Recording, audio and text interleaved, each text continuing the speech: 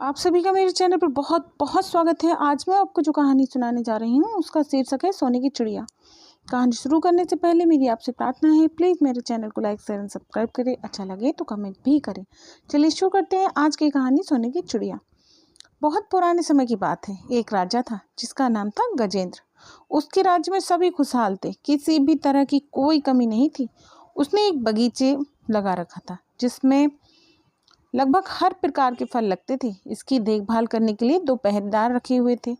वहाँ एक सेब का पेड़ था, ऐसा पेड़ कि उस पर जब फल लगने लगे तो वे सोने के थे।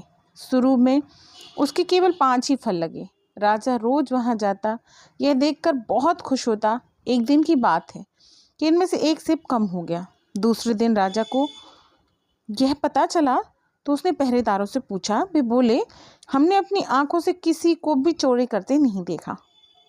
हमें खुद यकीन नहीं हो रहा है कि सेब कैसे चोरी हो गया। वे राजा के पुराने वफादार थे, अतः उन पर शक की संभावना नहीं थी। राजा के 3 लड़के थे। सबसे बड़ा लड़का बोला कि पिताजी, आज मैं पहरा दूंगा और देखता हूँ कि सेब चोरी कैसे होते हैं। राजा ने कहा, ठीक है। आधी रात से कुछ पहले ही वह बगीचे में आ गया और देखने लगा।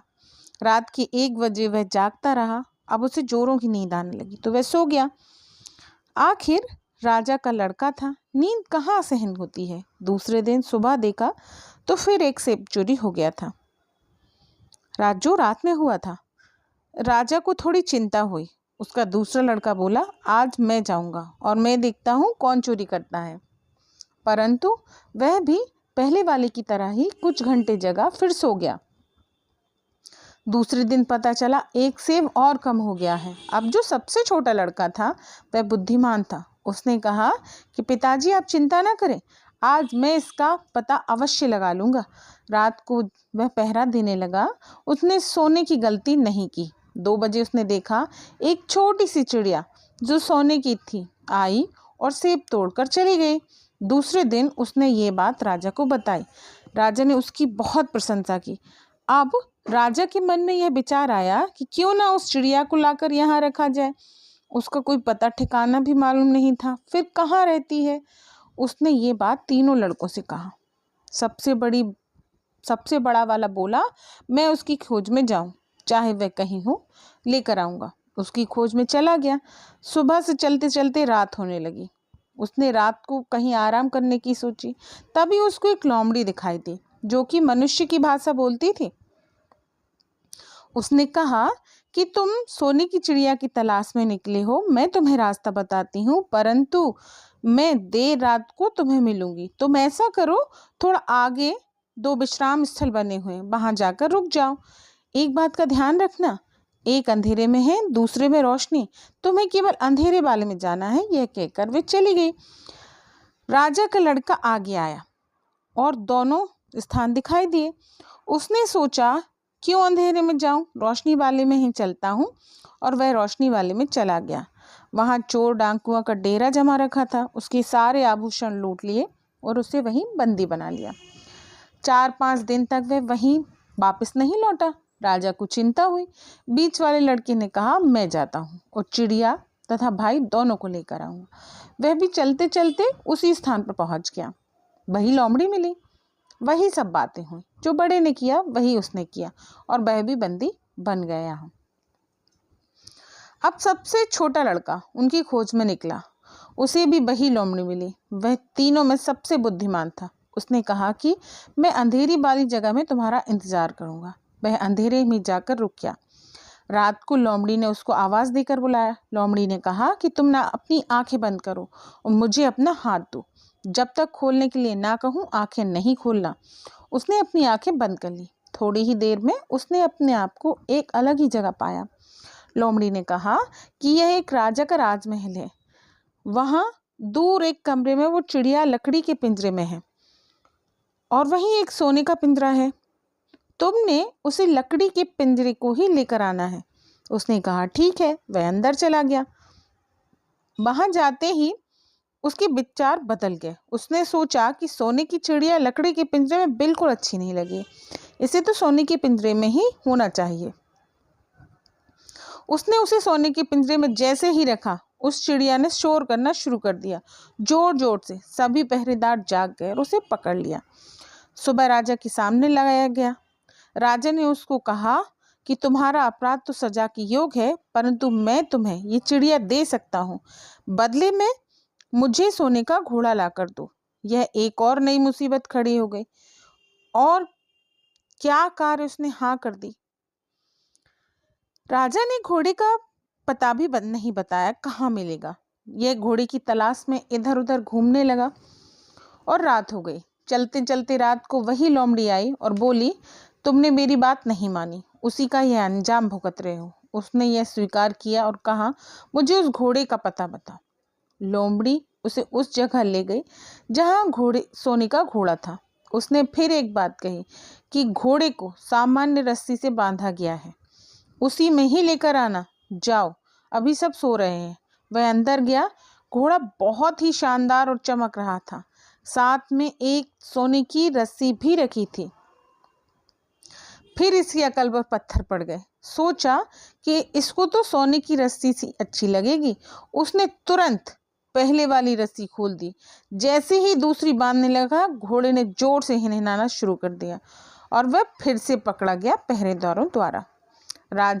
सुबह राजा ने फैसला सुनाया कि सामने जो पहाड़ है उसे यदि 10 दिन में पूरा खोद दिया तो तुम्हें घोड़ा भी मिलेगा और राजकुमारी की शादी भी तुमसे कर दी जाएगी।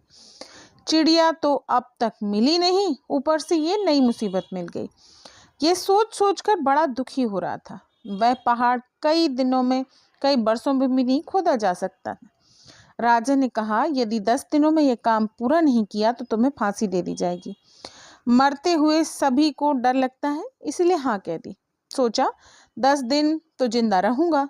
2 सैनिक उसके पास छोड़ दिए ताकि वह कहीं भाग ना सके। बेचारा पूरे दिन रात लगा रहता। अभी तक उसका 10वां हिस्सा भी नहीं खोद पाया। आज 9 दिन हो गए। 10वें दिन रात को ही लगा रहा, ना खाने की सूध न पीने की। तभी भी लोमड़ी आई और बोली, कैसे हो। वह जोर जोर से रोने लगा और प्रार्थना की, किसी तरह अब की बार मुझे बचा लो। लोमड़ी को उस पर दया आई। उसने कहा कि चलो अब सो जाओ, कल सुबह तक सब ठीक हो जाएगा। तुम्हें सुबह अच्छी खबर मिलेगी। थका हारा वह था, जल्दी ही गहरी नींद में सो गया। सुबह उसकी आंख खुली तो सारा पहाड़ खुदा हुआ था। मनी मन लोमड़ी को धन्यवाद दिया। राजा को तो विश्वास ही नहीं हुआ। फिर भी अपने वादे के अनुसार उसने अपनी लड़की की शादी उसके साथ की। वह सोने का घोड़ा भी मिल गया। उस पर बैठकर वह वहां से विदा हुआ। वह चिड़िया को लेने गया ताकि उस राजा को घोड़ा दे सके। राजा ने जब उसे राजकुमारी के साथ घोड़े पर बैठा देखा, सोचा दोनों कितने सुंदर लग रहे हैं। उसने वो घोड़ा उन्हें उपहार में दे दिया और सोने की चिड़िया भी। वह बहुत खुश हुआ। एक बार फिर लोमड़ी का धन्यवाद कहा। यह सब उसी के कारण संभव हुआ। अब उसने वहां से विदा ली। रास्ते में लोमड़ी फिर मिली। उसको बताया कि उसको दोनों भाई वहां पर कैद हैं, अब तुम्हें ही उनको छुड़ाना है।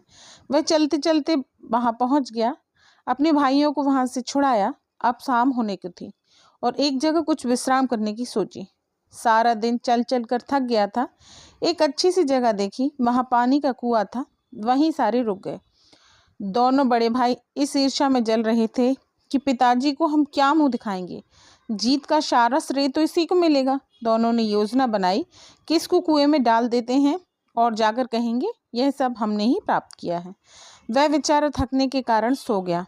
दोनों भाइयों ने उसे उठाकर कुएं में डाल दिया और घोड़े, चिड़िया और राजकुमारी को लेकर अपने घर पहुंच गए। राजा ये सब देखकर खुश हुआ। दोनों ने बड़ा चढ़ाकर अपनी बहादुरी का बखान किया।